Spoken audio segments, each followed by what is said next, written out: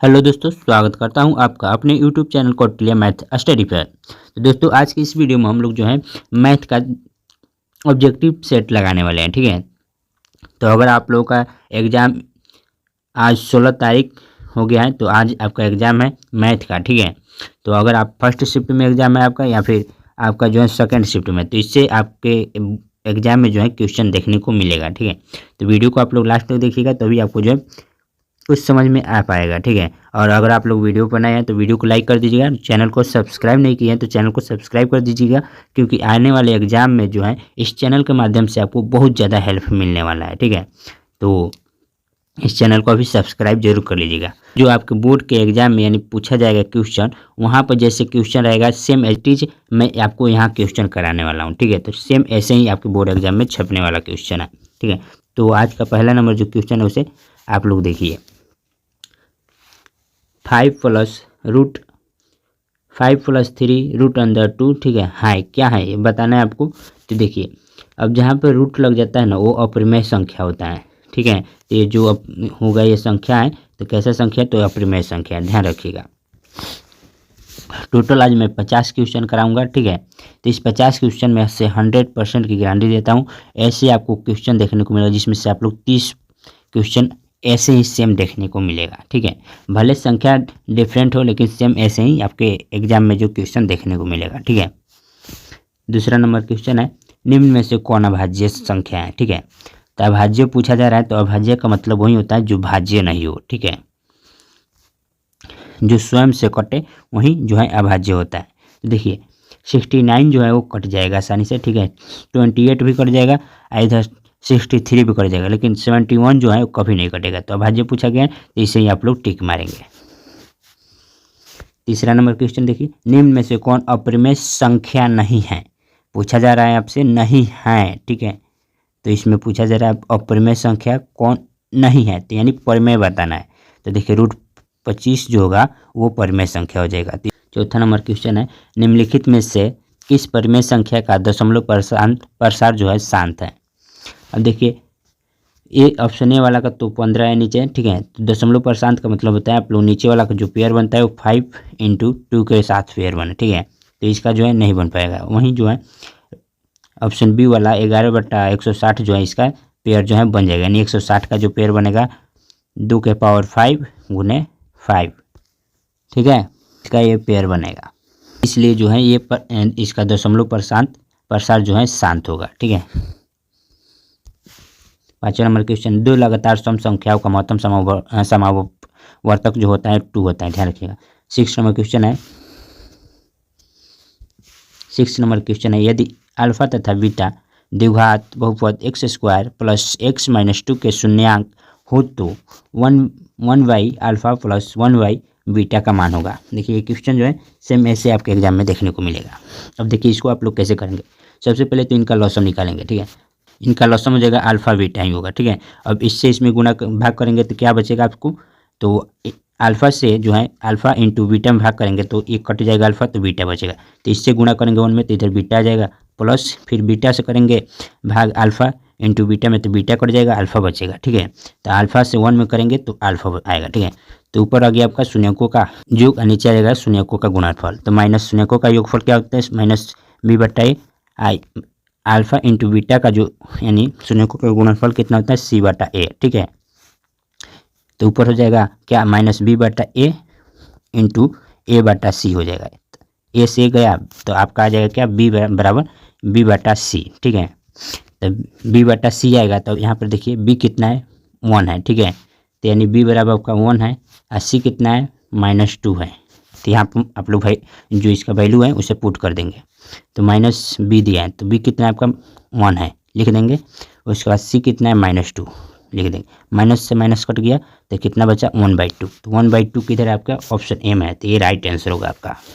तो question number 7 जो है उसे देखिए, बिंदु P6, -5 का जो भुज है पूछ रहा है यहाँ पे। ठीक है, तो यहाँ पर जो बिंदु दिया है इसका मतलब हुआ x होगा वो आपका कोटि होगा, y होगा वो भुज होगा। ठीक है, तो आपसे भुज पूछा गया है तो y है क्या, तो -5, तो यही होगा भुज। ठीक है, अगर वहीं अक्ष की बात आ जाती तो x जो है वो भुज हो जाता और y जो है वो कोटि हो जाता है, ध्यान रखिएगा।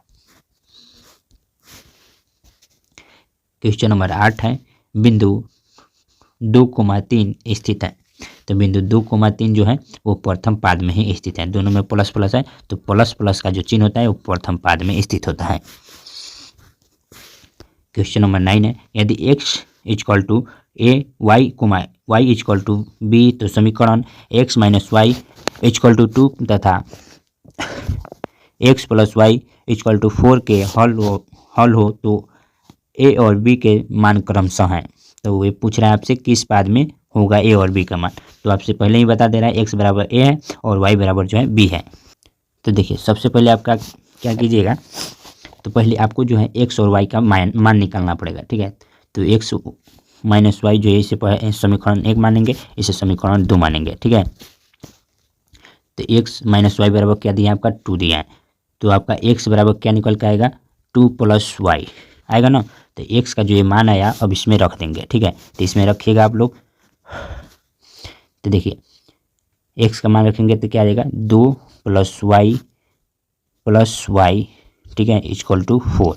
ठीक है, ये 2 आ जाएगा इधर, तो इधर घट जाएगा। ठीक है, यानी अब ये दोनों जुड़ जाएगा तो 2y, ये 2 उधर जाकर घटेगा तो 2 बचेगा, तो यानी y बराबर जो होगा 1 निकल कर आ जाएगा। ठीक है, तो ये एक जो निकल के आप इसमें रख देंगे। ठीक है, तो x बराबर 2y है तो कितना हो जाएगा 3 हो जाएगा। तो यानी x बराबर कितना हो गया आपका 3 हो गया। तो यानी जो भुज और कोटि हो जाएंगे, यानी xy होगा आपका क्या हो जाएगा 3,1 होगा। ठीक है, तो ये किस पाद में होता है, तो याद रखिएगा फर्स्ट पाद में होता है। तो ये ऑप्शन ए होगा आपका राइट आंसर। ठीक है, क्वेश्चन नंबर 10 देखिए, यदि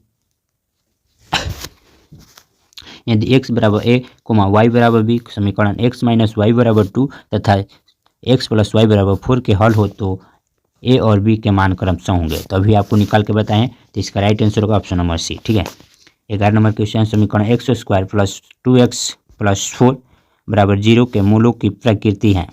तो देखिए ये वास्तविक और समान तो नहीं होंगे, वास्तविक और असमान भी नहीं होंगे। ठीक है, तो इसका जो मूलों की प्रकृति जो है वो वास्तविक होगा, ध्यान रखिएगा। क्वेश्चन नंबर 12 है, बिंदु 4,-1 और 2,3 के बीच की दूरी है। तो दूरी सूत्र याद है तो आप लोग आसानी से निकाल पाएंगे। ठीक है, तो इसको निकालेंगे x2 माइनस x1 का whole square plus y2 minus y1 का होल स्क्वायर। ठीक है, पूरा पर रूट चढ़ेगा।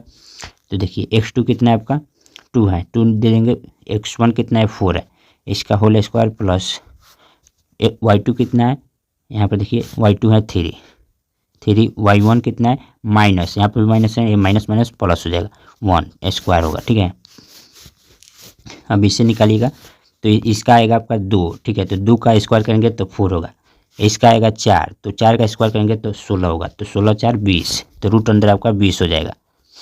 ठीक है, अब इसे तोड़िएगा आप लोग तो निकलेगा 2√5। ठीक है, यानी ऑप्शन डी जो होगा आपका राइट आंसर होगा। यानी इससे करेंगे तो 2 दूना 4, 4 पचे 20, यानी यही आपका राइट आंसर होगा। क्वेश्चन नंबर 16 देखिए, दो समान कोणिक त्रिभुजों में उनकी संगत भुजाओं का अनुपात सदैव समान होता है, यह कथन जो है किसका है। ठीक है, तो ये कथन जो है थेल्स का है। जब त्रिभुज का बात आएगा तो ये थेल्स पर आप लोग टिक मारिएगा। ठीक है, अब देखिए जो क्वेश्चन इंपॉर्टेंट है जो कि आपके एग्जाम में आ जाएगा। ठीक है, सेम हम वही क्वेश्चन आपको कराएंगे। ठीक है, ज़्यादा कुछ बकवास पढ़ने की ज़रूरत नहीं है क्योंकि ज़्यादा समय आप लोगों के पास बचा नहीं है। 17 नंबर क्वेश्चन देखिए, यदि किसी त्रिभुज में दो भुजाओं के वर्गों का योग जो है तीसरी भुजा के वर्ग के बराबर हो तो तीसरी भुजा के समूह कोण का मान जो होता है 90 डिग्री होता है। ध्यान रखिएगा, ये पूछा जाएगा आपके एग्जाम में, इसे आप लोग स्टार मार्क लगा लेंगे। तो देखिए क्वेश्चन 90 है, वृत्त के अंदर एक दिए हुए बिंदु से वृत्त पर कितनी स्पर्श रेखाएं खींची जा सकती है। क्वेश्चन को ध्यान से पढ़कर आप लोग इसका आंसर देंगे। ठीक है, इसको आप लोग स्टार लगा लेंगे, एक क्वेश्चन आपके एग्जाम में पूछा जा सकता है। ठीक है, तो वृत्त के अंदर दिए हुए बिंदु से वृत्त पर कितनी स्पर्श रेखाएं खींची जा सकती है। तो वृत्त के अंदर कितना एक बिंदु है। ठीक है, तो इससे आप लोग का स्पर्श रेखा कभी खींच पाएंगे, स्पर्श रेखा कभी नहीं। वही वृत्त के बाहर से पूछा रहा था ना, तो इधर से आप लोग 2 खींच सकते हैं, ध्यान रखिएगा।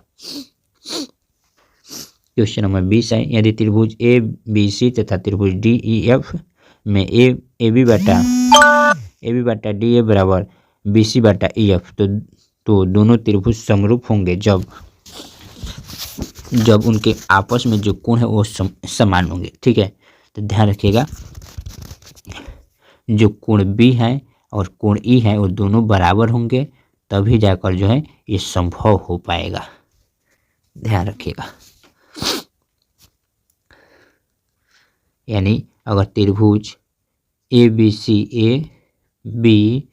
तो बी जो कोण है इस ये भी 90 डिग्री का होगा, तो कोण ई भी आपका, ये ई हो गया, ये एफ हो गया, ये डी हो गया, तो ये भी आपका 90 डिग्री का होना चाहिए, तभी ये दोनों त्रिभुज जो है आपस में समरूप होंगे। ध्यान रखिएगा।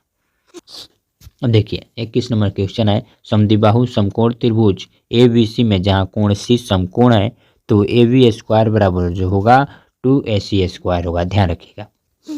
देखिए दोस्त, जो क्वेश्चन इम्पोर्टेंट है वही क्वेश्चन हम आपके बीच लेकर आए हैं। ठीक है, वही क्वेश्चन हम आपको करा भी रहे हैं, ताकि आपको जो है ज़्यादा समय गंवाए हुए आप लोग अच्छे प्रकार से जो है इसका तैयारी कर पाए।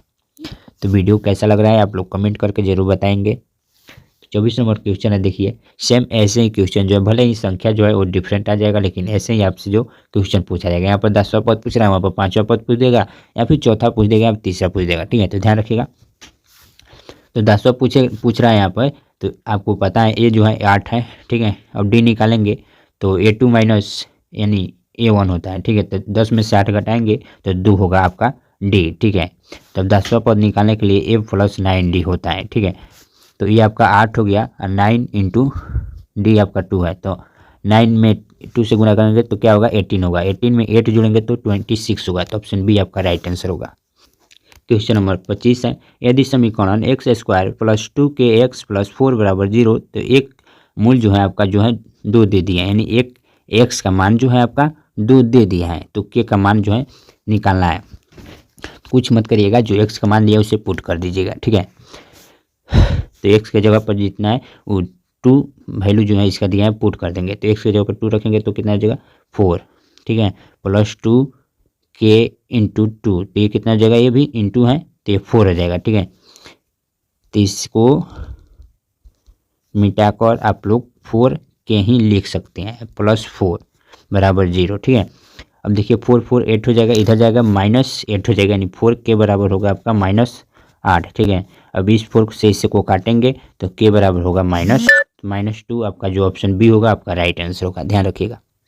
देखिए 26 नंबर क्वेश्चन, समांतर श्रेणी 21,18,15 डॉट डॉट डॉट का कौन सा पद शून्य है। तो यहाँ पर पूछा जा रहा है शून्य, तो कोई सोचा विचार करने की जरूरत नहीं है।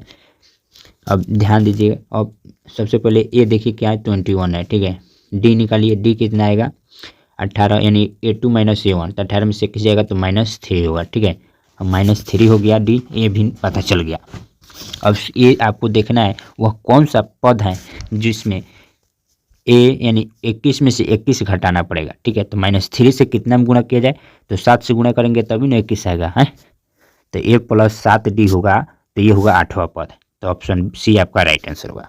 ठीक है, नहीं समझ में आया तो देखिए ये आपका कितना है 21 प्लस 7D, तो 7 इंटू -3 करेंगे तो 7 3 का 21 होगा, तो ये माइनस कर देगा प्लस को माइनस, तो 21 से 21 कट गया, 0 आया, तो 8वां पद ही न होता है A प्लस 7D। आया बात समझ में, तो 8वां पद होगा।